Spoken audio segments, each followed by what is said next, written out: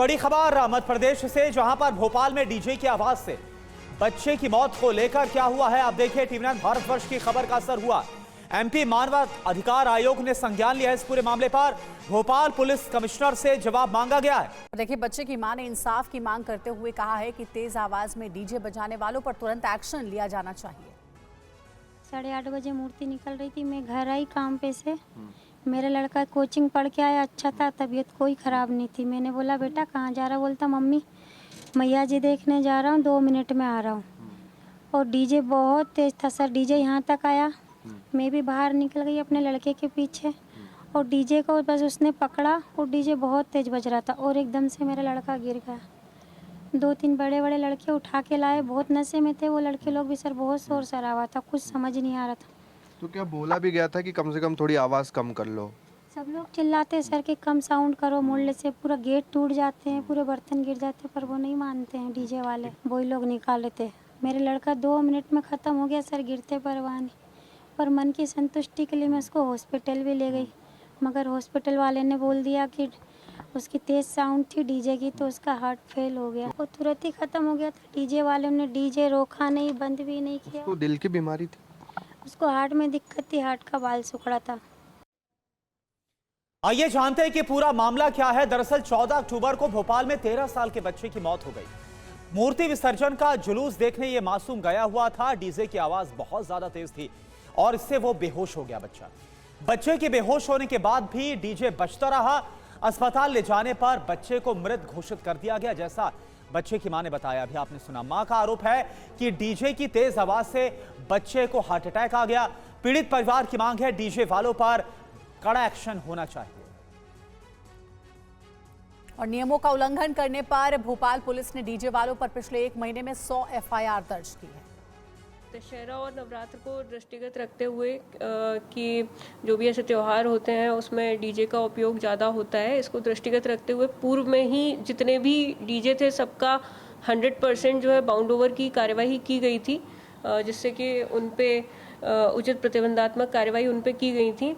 और जितने भी डीजे इस दौरान जो है यूज़ हुए हैं उनकी वीडियो रिकॉर्डिंग पुलिस के द्वारा की गई है। और इस दौरान 100 से अधिक प्रकरण पूरे भोपाल ज़िले में डीजे वालों के अगेंस्ट में किए गए हैं, जिसमें से लगभग 30 अभी तक जब्त हो चुके हैं और बाकियों में जो है जब्ती की कार्यवाही लगातार की जा रही है। और इस तरह से जो है डीजे पर प्रतिबंधात्मक कार्यवाही जो लगातार की जा रही है। जो है 95 डेसिबल तक भी जो है इस तरह के कार्यक्रमों में 2 साउंड बॉक्स की अनुमति यूजुअली रहती है, लेकिन कई जगह देखा जाता है कि कई ज़्यादा चोंगे लगा करके या फिर 2 से कई ज़्यादा अधिक साउंड बॉक्स का उपयोग किया जाता है, जो कि आम लोगों के लिए हानिकारक होता है। और वहीं तेज आवाज में डीजे बजाने वालों पर मध्य प्रदेश सरकार ने सख्त एक्शन का निर्देश दिया हुआ है। तेज आवाज में डीजे बजाने पर सरकार सख्त हो गई है। भोपाल में डीजे साउंड पर गाइडलाइंस को भी जारी किया गया है। रिहायशी इलाकों में 55 डीबी की जो लिमिट है इसको तय किया गया है, डेसिबल की लिमिट को तय किया गया है। व्यावसायिक इलाकों में 65 डीबी तक यह सीमा जा सकती है। बड़े आयोजनों में 95 डीबी की लिमिट को तय किया गया है। भोपाल में डीजे वालों पर 100 एफआईआर दर्ज है।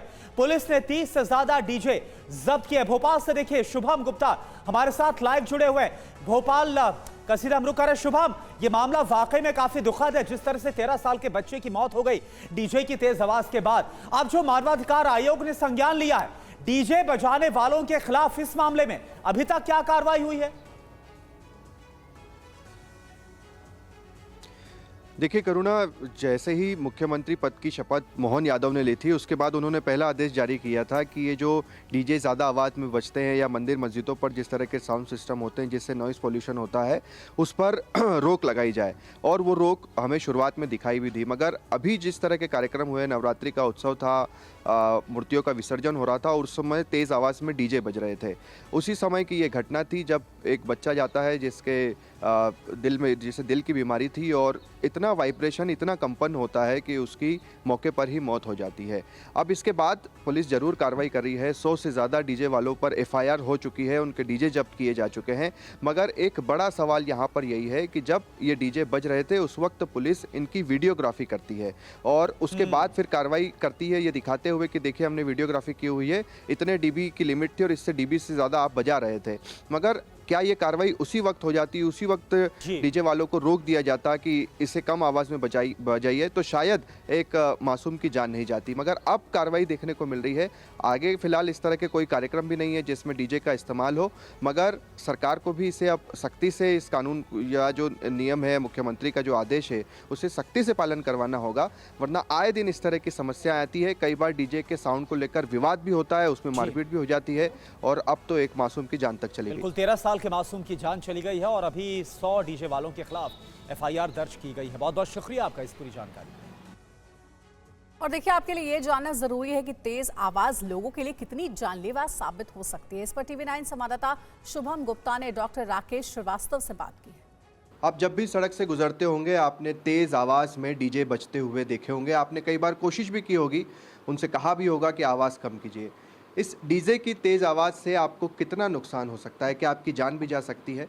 हमारे साथ बातचीत करने के लिए राकेश श्रीवास्तव सर हैं, civil surgeon, JP hospital. Sir, कितना नुकसान है इस डीजे से, इस तेज़ आवाज़ से? देखिए, WHO की डेफिनेशन है लगभग 65 डेसिबल जब होता है, उसके ऊपर ये हार्मफुल हो सकता है आवाज़। चाहे बोलने की आवाज़ हो, चाहे इंस्ट्रूमेंट की आवाज़ हो, चाहे डीजे की आवाज़ हो, चाहे प्लेन की आवाज़ हो, तो उससे हमेशा बचाव करना चाहिए। लगभग 65 डेसिबल हो जाता है तो हानिकारक हो जाता है। 65 से ऊपर, जैसे 120 के ऊपर तो बहुत ही डेंजरस हो सकता है। उसमें क्या होता है कि मेंटल इलनेस भी हो सकती है, सडन डेथ भी हो सकती है, हार्ट अटैक भी आ सकता है। दूसरा, स्लीप डिसऑर्डर होते हैं, बहरापन भी हो सकता है, कान के पर्दे भी फट सकते हैं। तो इस तरह की कई तरह की बीमारियां भी होती हैं, वो हो सकती हैं। ज़्यादा शोर प्रॉब्लम करता है, जिस तरह एयर पॉल्यूशन होता है उसी तरह नॉइज़ पॉल्यूशन भी होता है, वाटर पॉल्यूशन होता है। तो उसमें एक नॉइज़ पॉल्यूशन भी है वो कि मल्टीपल तरह की बीमारियां पैदा करने में सक्षम होता है। इसकी हम जांच कैसे कर सकते हैं या पता कैसे कर सकते हैं कि 65 dB से ज़्यादा हो रहा है, इससे हमें कम रखना है? इसका तो एक इंस्ट्रूमेंट होता है जिससे अपन नापते हैं, और जैसे आपकी आदत है जोर से सुनने की, तो वो धीरे धीरे आपके कान में कहीं ना कहीं प्रॉब्लम कर रहा है। इस तरह से बड़ी सावधानी रखना चाहिए। और जैसे मोबाइल पे भी कई लोग सुनते हैं, आवाज़ तेज़ करके सुनते हैं, तो धीरे धीरे वो बहरापन उनमें होने की संभावना रहती है। तो आवाज़ का बड़ा संयम से और बड़ा उससे भी रखना चाहिए। जिस तरह अपन लोग